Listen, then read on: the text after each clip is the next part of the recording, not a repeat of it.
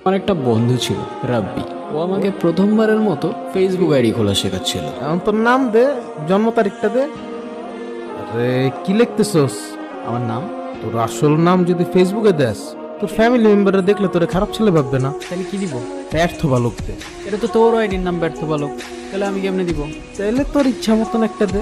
পাইছি, উদ্দেশ্যহীন গন্তব্য। এটার মানে কি? মানে এটা অনেক কঠিন, তুই বুঝবি।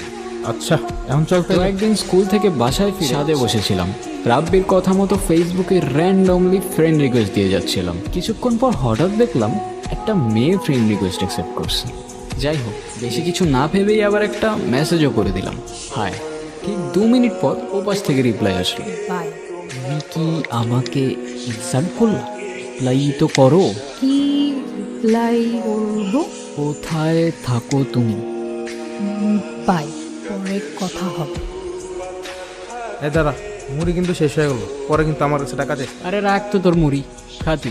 কাল মে কুছ তো কালা হ্যাঁ। কি হয়েছে? কালকে প্রথমবারের মতো একটা মেয়ে ফ্রেন্ড রিকোয়েস্ট অ্যাকসেপ্ট করছি। আমি শিওর ফেকাই। বেকারি কেন বে? এর আগে একটা মেয়ের সাথে 3 মাস চ্যাট করতে এমবি কিনে রিচার্জ করে দিতে বললে রিচার্জ করে দিতে, আবার পকেটের টাকা চুরি করে। তারপর? তারপর আর কি, আমাদের ক্লাসের ফাইনের ফেক আইডি ছিল। আমি শিওর তোর এটাও ফেক আইডি। আরে ধুর, কি বলোস? নাম্বার চাই দিস, জীবনও দিব। বাড়িতে ফিরেই একটা টেক্সট করলাম, তোমার নাম্বারটা দেওয়া যাবে? রিপ্লাই আসলো 22 মিনিট পর। সরি, অচেনা কাউকে আমি আমার নাম্বার দিই না।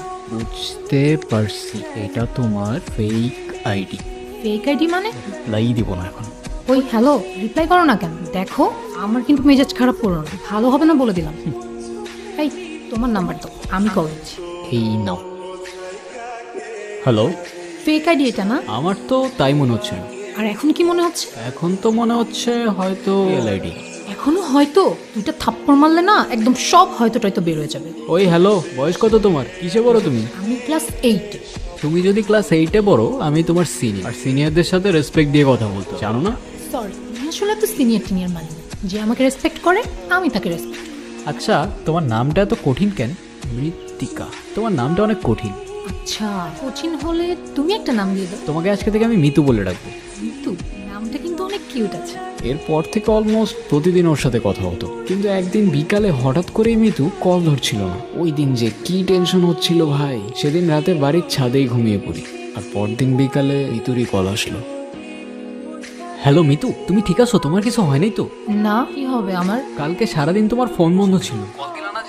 কেন প্রত্যেকদিন যে কল দিতেই হবে এমন কোনো মানে আছে নাকি? এভাবে কথা বলতেছো যে? আচ্ছা বাদ দাও, কালকে কল দিতে পারি নাই এর জন্য